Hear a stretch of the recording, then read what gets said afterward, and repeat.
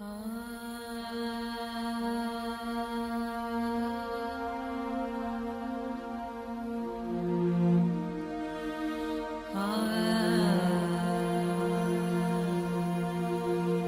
land has been a great ally to man's development. It has always given us sustenance and resources to survive, even in lands unblessed with rains, such as desert regions. But now it begins to show signs of fatigue and dejection. There is nothing we can demand from nature. It fulfills its cycles according to its own agenda. Unfortunately, in recent decades, man has been determined to change such agenda, with scary consequences due to the accelerated loss of soil. It is a non-renewable resource. The losses are huge. Around 12 million hectares per year are degraded in our planet, becoming lands that are completely sterile, inert, unable to give life, insufficient to support any production activity. Great and constant efforts are needed to stabilize and recover degraded land. Man, as the main author of their alteration, must commit to take the necessary measures to ensure the preservation and original functions of these ecosystems. Land and man must remain friends and allies. If we take care of it, it will continue to yield fruits. Over 100 countries face a similar situation. In Mexico, we have acknowledged that the problem exists, and it is surpassing so fast that 64% of our land already has degradation problems at different levels. But we are still in time to take action.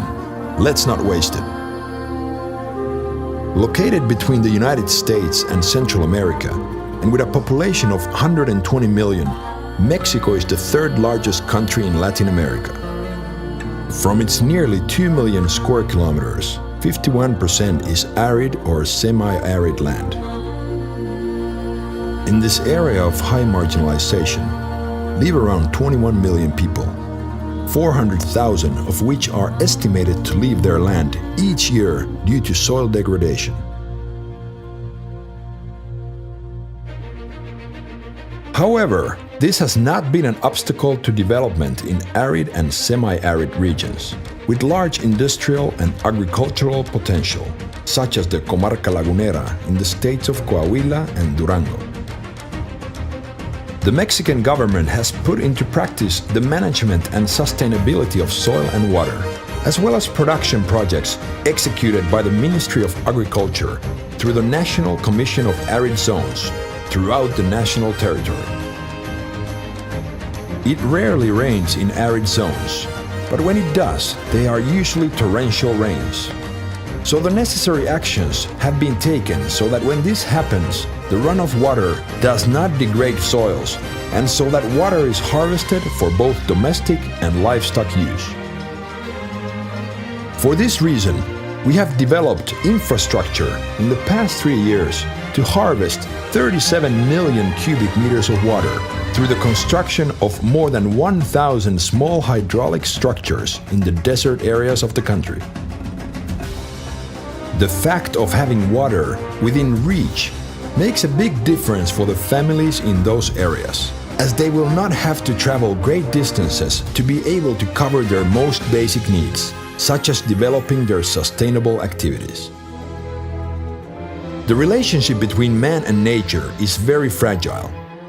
This forces us to be very careful when it comes to making the most of its resources.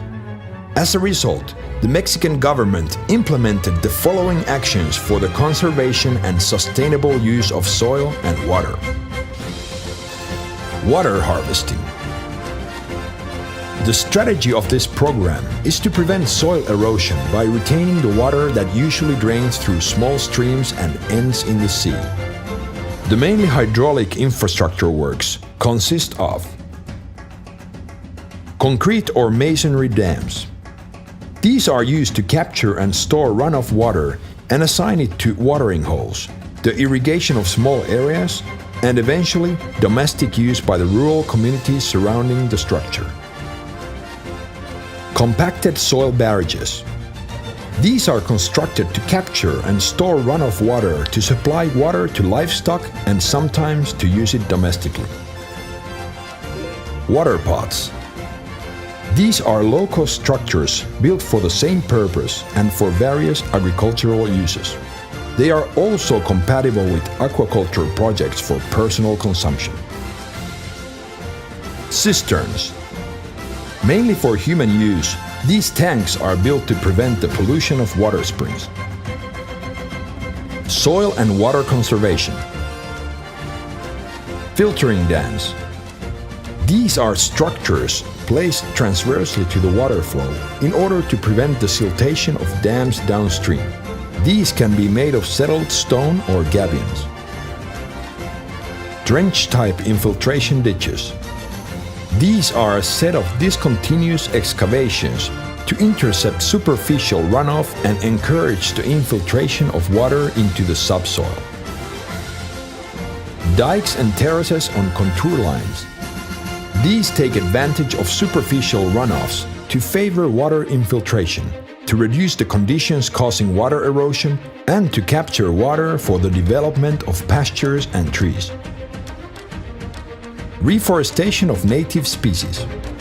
This allows for the regeneration of highly deforested areas by planting native species that reduce soil erosion and conserve diversity. Exclusion fences. These prevent the passage of livestock and limit the areas of natural vegetation to favor the recovery of pastures and degraded forests. Rangeland rehabilitation with aeration rollers. These fracture the land, aerate the soil, control undesirable species in the pasture, create watersheds to retain water, and favor the natural regeneration of vegetation. The goal is to rescue the main vocation of the Mexican semi-desert soils, pastures. Rollers create suitable conditions to prevent desertification by encouraging the development of pastures. These absorb carbon dioxide and release oxygen, thus helping fight climate change. The goal of Mexico is to rehabilitate 1.5 million hectares of rangeland over the next 5 years. To highlight the importance of this tool, let us remember what the biologist and conservationist Jacques Cousteau said: "A hectare of pasture releases more oxygen than a hectare of forest." Production projects. All these actions to preserve the skin of the desert would be insufficient without providing the men of the sun the skills and the means to produce the rescued soils. That is why this commission has implemented PRODESA, the Program for the Development of Arid Zones, aimed at developing alternative production projects that improve the welfare of the people living in them. These actions include the traditional livestock promotion projects for goats and cattle, agricultural promotion, production of grains and vegetables, and other innovative projects. The latter includes aquaculture in the desert, putting special emphasis on the optimal use of water. A clear example are the fish farming projects, whose wastewater is used to produce fruit and vegetables. Another alternative is the agricultural production in greenhouses. One of the latest and most successful innovations is the production of the cochineal, an insect from which a highly valued pigment in the textile industry is extracted. A relevant part of the PRODESA projects is the one related to the genetic manipulation of queen bees. In short, it is about creating less aggressive and more productive hives for the benefit of beekeepers. To the Ministry of Agriculture, this sector of the Mexican field is so important that the Mexican government has developed and implemented over 1,000 production projects of various kinds, from January 2013 to date. A great ally to the men of the sun is the use of livestock activity, and by using solar and wind power, pumps are operated to extract underground water. This work, which is done with the utmost care to avoid altering the ecological balance, allows the most remote areas without water infrastructure to provide water to livestock herds. In arid and desert areas, the soil and the horizon fade into the distance. It is there where the women and men of the sun do their best to stay grounded. We cannot put off the necessary actions to ensure the preservation and original functions of these ecosystems. Otherwise, the hope of millions of people struggling for their daily survival can also vanish.